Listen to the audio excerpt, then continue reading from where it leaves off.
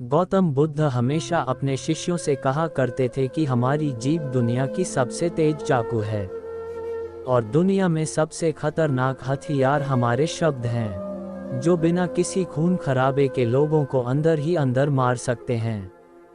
हमारे शब्द हमारी ताकत हैं, लेकिन ये कमजोरी भी हो सकती है अगर हमें नहीं पता कि कब, कहां और कितना बोलना है। यदि हम सही समय पर सही इरादे से सही शब्दों का प्रयोग करते हैं तो ये हमें एक सफल व्यक्ति बनाता है, लेकिन अगर हम सही समय पर सही इरादे से सही शब्दों का प्रयोग नहीं करते हैं तो ये हमारे जीवन को नर्क से भी बदतर बना सकता है। तो आज मैं आपको मौन पर एक कहानी सुनाऊंगा और यह कहानी आपकी जिंदगी बदलने वाली है। यह आपको मौन की शक्ति का एहसास कराने जा रहा है। जापान में एक बहुत प्रसिद्ध बौद्ध भिक्षु थे जिनका नाम दीझाई था। वह दुनिया के शोरगुल से दूर जंगल में अकेला रहता था और वह बहुत ही ध्यानमग्न व्यक्ति था, इसलिए वे पूरे जापान में बहुत प्रसिद्ध थे। और एक दिन उनके पास एक राजकुमार आया। प्रिय साधु, मैं हमेशा थका हुआ, निराश और परेशान महसूस करता हूँ। मेरा मन बहुत बेचैन रहता है। हालांकि मेरे पास सब कुछ है, धन, प्रसिद्धि और सभी विलासिता जो एक व्यक्ति पाने की ख्वाहिश रखता है, लेकिन फिर भी मेरे अंदर इतना आसान था। तो साधु ने कहा, ऊपर से आपको इसका उत्तर पता है, लेकिन आपने कभी इसकी खोज नहीं की। साधु ने कहा कि मैं एक प्रयोग करना चाहता हूँ, क्या आप वह प्रयोग करना चाहेंगे? इस प्रयोग के बाद आपके जीवन में कोई अशांति और चिंता नहीं रहेगी। ये सब सुनकर राजकुमार बहुत परेशान हुआ, लेकिन उसने साधु से कहा कि मुझे बताओ कि मैं क्या करूं। मैं अपने मन की शांति के लिए कुछ भी करने को तैयार हूं। तब साधु ने शांत स्वर में उत्तर दिया, अगले 10 दिनों तक आप मेरे आश्रम में रहेंगे और सामान्य व्यक्ति की तरह रहेंगे, और इन 10 दिनों तक आप अकेले मौन में बैठेंगे और जितना हो सके कम बोलेंगे। राजकुमार साधु की बात से सहमत हो गया। पहले दिन उन्हें लगा कि उनका मन सामान्य व्यक्ति से ज्यादा विचलित है। उसके मन में तरह तरह के सवाल उठ रहे थे और वह आम लोगों की तरह जीवन जीने में असहज महसूस कर रहा था। उसके भीतर बोलने की प्रबल इच्छा थी, पर वह मान गया और कुछ न बोला, एक शब्द भी नहीं, लेकिन वह चुपचाप बैठा रहा। लेकिन जैसे जैसे रात होती गई, उसे एक बड़ी शांति का अनुभव हुआ। उसके लिए यह बड़ा अजीब था। वह अंदर ही अंदर खुश हो रहा था और अपने आप से पूछ रहा था कि बेचैनी कम क्यों हो रही है। अगले दिन राजकुमार एकांत में बैठा प्रकृति को, फूलों को, पौधों को, आकाश में उड़ते पक्षियों को देख रहा था।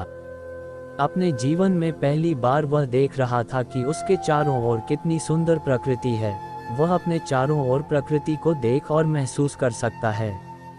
इस तरह एक हफ्ता बीत गया और उसके मन की सारी बेचैनी, सारी उथल पुथल, सब कुछ गायब हो गया। 8वें दिन की सुबह राजकुमार की आंखें अपने आप बंद होने लगी और वह गहरे ध्यान में डूब गया। उसने आंखें बंद की, गहरे ध्यान में चला गया। कोई चिंता नहीं थी, मन में अशांति थी। राजकुमार को भीतर ही भीतर गहन शांति का अनुभव होने लगा। बाकी के 2 दिन गहरे ध्यान में बिताने के बाद राजकुमार खुद को एक बौद्ध भिक्षु के सामने पेश करता है। राजकुमार ने साधु से कहा कि प्रिय साधु, मुझे उत्तर मिला कि मेरा मन इतना अशांत और अशांत क्यों है। उन्होंने कहा कि मुझे पता था कि मेरा मन इतना विचलित और अशांत क्यों है। फिर उन्होंने पूछा, बताओ क्या जवाब मिला। राजकुमार ने कहा कि मैं जरूरत से ज्यादा बातें करता था और दिन भर लोगों पर ऊर्जा बर्बाद करता था और उनके बारे में अकेले ही सोचते थे और ज्यादातर समय उनके बारे में नकारात्मक ही सोचते थे। इस प्रकार मेरा समय नष्ट हो रहा था और अधिक बातें करने और सोचने से मेरा मन अशांत हो गया था। इस वजह से मैं कोई भी काम अच्छे से नहीं कर पाता था, जिसके कारण मैं लगभग हर काम में असफल होने लगा था और निरंतर असफलता ने मुझे और अधिक उदास और चिड़चिड़ा बना दिया और इसने मेरे जीवन को और नष्ट कर दिया। लेकिन ये 10 दिन बिल्कुल अलग थे। अब ऐसा लग रहा है कि अपनी जिंदगी को पूरी तरह से जी रहा हूँ, और इससे पहले मैं अपनी जिंदगी गलत तरीके से जी रहा था। मैंने ये भी सीखा कि हमें ध्यान करने की आवश्यकता नहीं है, ध्यान अपने आप हो जाता है जब हम अभी भी और चुप हैं। ध्यान में मैंने पहली बात यह सीखी कि किसी के जीवन में सबसे महत्वपूर्ण घटना स्वयं को जानना है। बौद्ध भिक्षु ने कहा कि आप ही नहीं, दुनिया में ज़्यादातर लोग ज़रूरत से ज़्यादा बोलते हैं।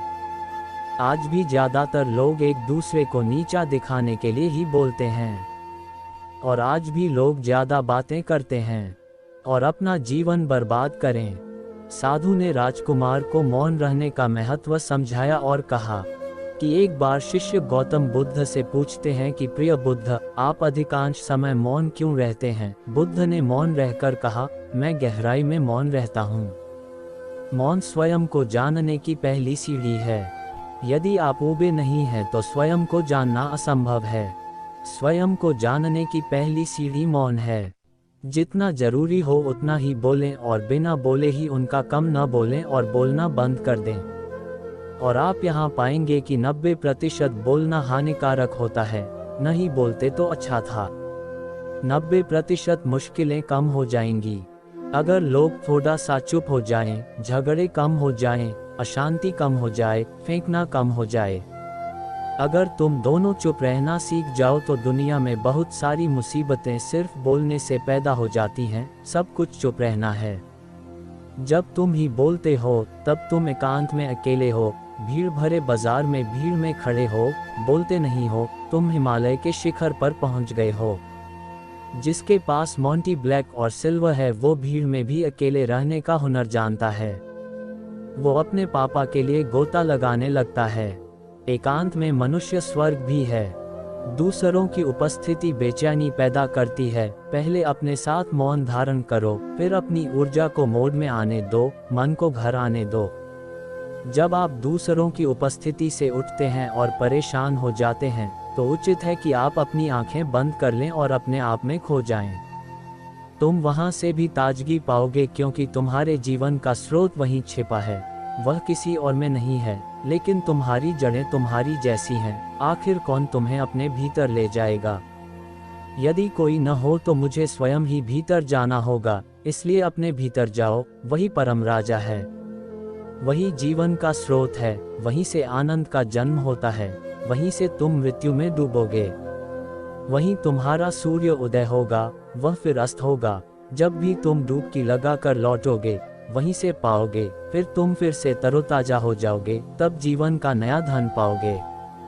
फिर नई शक्ति का जन्म होता है। थकान मिटती है, उदासी मिटती है, चिंता मिटती है। जैसे कोई नहाकर आता है तो शरीर शीतल हो जाता है, शांत हो जाता है, वैसे ही भीतर से कोई वापस आता है तो मौन में स्नान करके लौट आता है तो पूरा व्यक्तित्व शांत हो जाता है और मन आनंदित हो जाता है।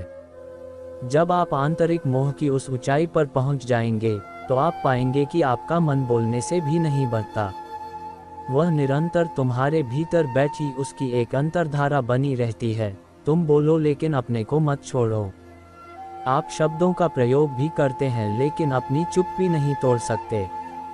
एक बार गहरे सन्नाटे में, तब तुम्हारी वाणी में सुगंध होगी, फिर तुम्हारी वाणी में विशालता होगी, जो तुम्हारे बोलने का संगीत होगा। सब ठीक हो जाएगा।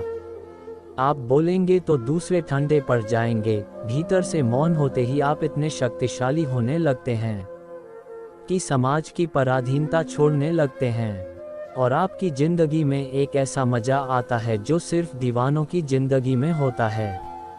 आपके चेहरे पर एक नई चमक आ जाती है, आपकी आंखें किसी और चमक से भर जाती हैं और आप असीम शांति के सागर में डूबने लगे। ऐसा कहकर उन्होंने अपनी बात समाप्त की। और धन्यवाद साधु राजकुमार। वापस अपने महल में। दोस्तों, आपने भी अनुभव किया होगा कि ज़्यादा बातें करने से मन शांत हो जाता है। हम अपने मन के साथ साथ अपने ध्यान पर भी नियंत्रण खो देते हैं। जो लोग बहुत अधिक बातें करते हैं उनमें किसी एक कार्य पर ध्यान केंद्रित करने की क्षमता नहीं होती है, इसलिए वे अपने किसी भी लक्ष्य पर पूरी तरह से केंद्रित होते हैं। यदि हम जीवन की सच्चाई को नहीं समझ पाते हैं और न ही कभी मनचाही सफलता प्राप्त कर पाते हैं। इसके अलावा आपने देखा होगा जो लोग अक्सर लोगों के बीच हंसी का पात्र बन जाते हैं। और जो कम होते हैं और अपनी बात पर टिके रहते हैं उन्हें सम्मान मिलता है। लोग जो कहते हैं उसे सुनते हैं और विश्वास करते हैं, और उनके विचारों के बारे में उनका मन बेचैन रहता है। शोर से भरा हुआ, अशांत मन वाला व्यक्ति जीवन में किसी भी कार्य में सफल नहीं हो पाता, क्योंकि उसका किसी भी कार्य में मन नहीं लगता। अगर कोई व्यक्ति जानता है कि उसे कब, कहाँ और क्या कहना है, तो वह वास्तव में बहुत बुद्धिमान है। और ऐसा व्यक्ति जहाँ भी जाता है आकर्षण का केंद्र बन जाता है, और जो कुछ भी करता है उसमें सफल हो जाता है। यदि हम महान व्यक्ति के व्यक्तित्व को देखें तो पता चलेगा कि वह कम बोलते हैं और कम से कम शब्दों में अपनी बात समाप्त करते हैं। वह बोलने से पहले गहराई से सोचता है कि उसे क्या कहना है। लेकिन जो लोग अधिक बोलते हैं वे भी कई बार झूठ बोलते हैं और अपनी बातों से दूसरों के दिमाग पर कचरा डालते रहते हैं। वह अधिकतर दूसरों की बुराई ही करता रहता है, इसलिए उसके अपने भी उससे बचने और उससे दूर रहने की कोशिश करते हैं। हमारे भारतीय उपनिषदों में कहा गया है कि हमारे वचन ही वास्तविक धर्म हो सकते हैं। मौन से धैर्य आता है, धैर्य से ध्यान आता है, और ध्यान से व्यक्ति अपने जीवन के प्रति जागरूक हो जाता है। इसलिए अगर हम ज़्यादा बात करते हैं तो हम उस चुप्पी को खो देते हैं जो मन की शांति का पहला स्थान है। दोस्तों, आज से हम भी मौन का अभ्यास करते हैं। यदि हम भी ऐसा ही बोलते हैं तो यह आवश्यक है, और हम कम से कम शब्दों में अपनी बात समाप्त करने का प्रयास करेंगे। और यदि संभव हो तो प्रतिदिन कम से कम 30 मिनट एकांत में शांत बैठने का प्रयास करेंगे। और मेरे पास पूर्ण विश्वास हम सब में एक सकारात्मक बदलाव अवश्य आएगा। इस कहानी से आपको जरूर कुछ सीख मिली होगी।